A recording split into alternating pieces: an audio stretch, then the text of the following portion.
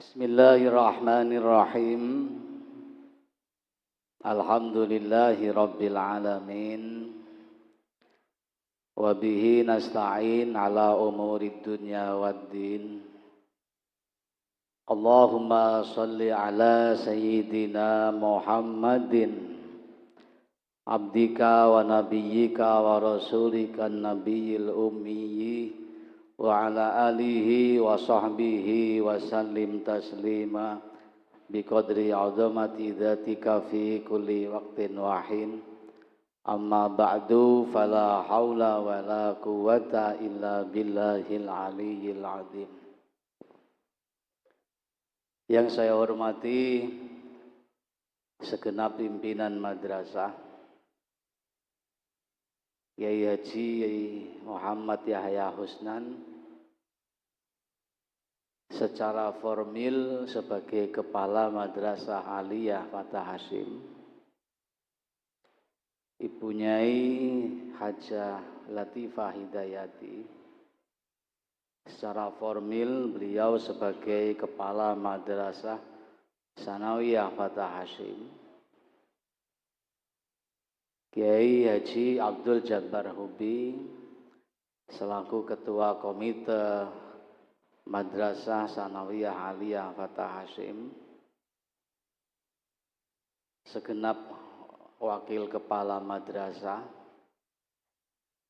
yang dalam istilah struktur Fatah Hasyim disebut koordinator bidang.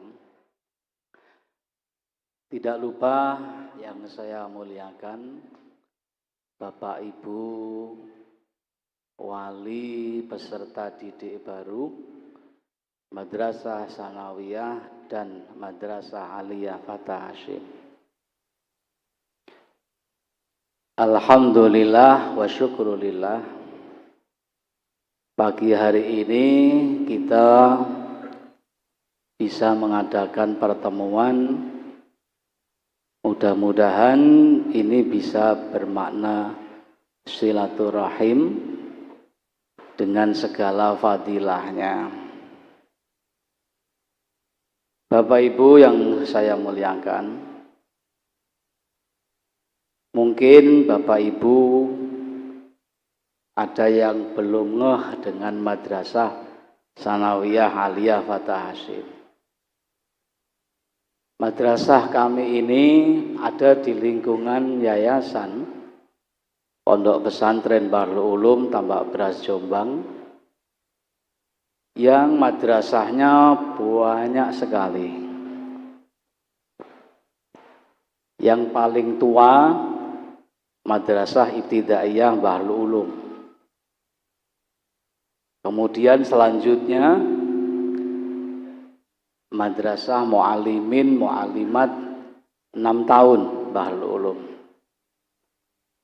Pak Muzamil tadi adalah alumni Madrasah Mu'alimin Mu'alimat yang didirikan oleh kakek kami, Kiai Haji Abdul Fatah Hasyim, yang kemudian menjadi nama dari madrasah kami, yakni Madrasah Sanawiyah Aliyah Fatah Hasyim. Dari sini wis ketok sumbernya tekondi. Kemudian baru berdirilah madrasah-madrasah yang lain di lingkungan Bahrul Ulum, seperti Madrasah Aliyah Negeri, Madrasah Sanawiyah Negeri. Madrasah Aliyah Negeri dan Madrasah Sanawiyah Negeri ini dulunya reinkarnasi dari Madrasah Mu'alimin. Waktu itu madrasah-madrasah di Bahrul Ulum dinegerikan. Guru-gurunya di PNS-kan. Karena kebetulan yang menjadi Menteri Agama Kiai Haji Wahib Wahab, putra dari Kiai Wahab. Terus akhirnya berdirilah Madrasah Aliyah Negeri, Madrasah Sanawiyah Negeri. Itu sudah lama sekali. Baru berikutnya berdiri madrasah-madrasah yang lain. Madrasah Aliyah Idadiyah, Dulunya SP namanya, Sekolah Persiapan Perguruan Tinggi. Sebelum itu berdiri Madrasah Sanawiyah Bahrul Ulum. Berdiri juga Madrasah Aliyah Bahrul Ulum. Berdiri lagi kemudian Madrasah Aliyah Unggulan Kiai Haji Abdul Wahab Hasbullah. Berdiri lagi kemudian sekolah SMA. Berdiri SMP. Kemudian berdiri SMKTI. Sing paling bungsu adalah madrasah kami yang baru berdiri tahun 2010. Artinya baru 14 tahun. Baru 14 tahun.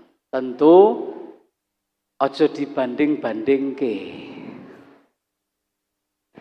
Ojo dibanding-bandingke wong cik cilik dhewe, cik enom dhewe. Tentu masih harus banyak belajar. Bapak Ibu yang saya muliakan, memang yang menginisiasi berdirinya Madrasah Sanawiyah Aliyah Fatah Hashim ini adalah ayahanda Kiai Haji Muhammad Jamaluddin Ahmad, yang membuat kami sekeluarga semakin mantap untuk mendirikan madrasah ini, karena begitu ada cita-cita mendirikan madrasah, tiba-tiba saya dipanggil oleh Romo Yai Mursyid, guru saya juga gurunya abah saya, ditimbali, kemudian diurui caranya membuat kurikulum. 2 jam saya mendapatkan briefing untuk menyusun kurikulum yang ideal. Tentu saya belum bisa melaksanakan semua yang saya serap waktu itu, dan tidak semua bisa saya serap waktu itu. Mudah-mudahan dalam perjalanan waktu bisa lebih baik, bisa lebih baik, bisa lebih baik. Bapak Ibu yang saya muliakan, alhamdulillah wa syukurillah, walaupun masih 14 tahun, dalam perjalanannya ini tahadus bin nikmah ya. Saya menceritakan madrasahnya. Kalau masalah ilmu yang manfaat itu prosesnya panjang. Imam Syafi'i mentamsil ilmu yang manfaat itu dengan kata-kata, yang diharapkan dari mendung itu bukanlah turunnya hujan. Yang diharapkan dari mendung adalah buah yang tumbuh dari pohon-pohon. Jadi jauh untuk menjadi manfaat.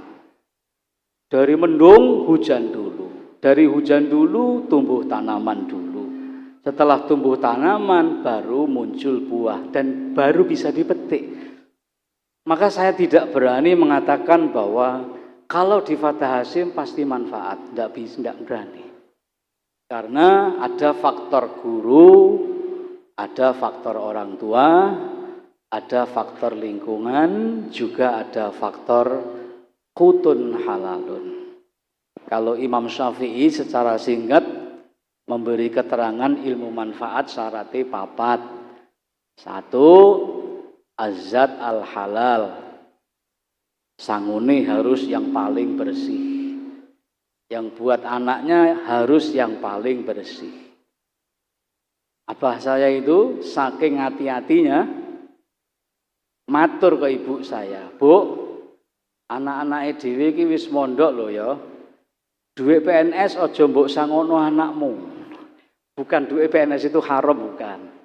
Tapi karena beliau pingin yang diberikan anaknya adalah yang paling bersih.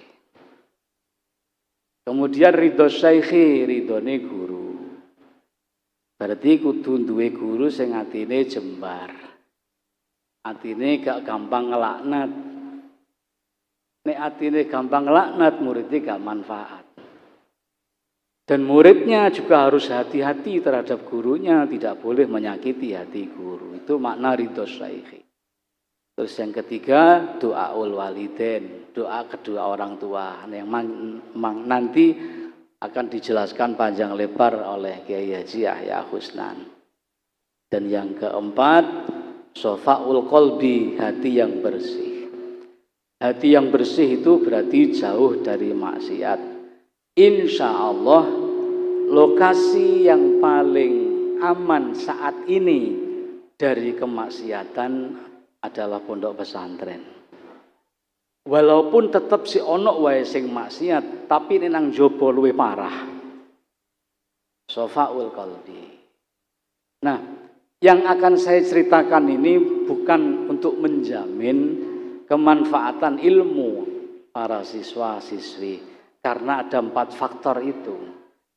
Yang saya ceritakan ini adalah tahaddus bin ni'mah, alhamdulillah.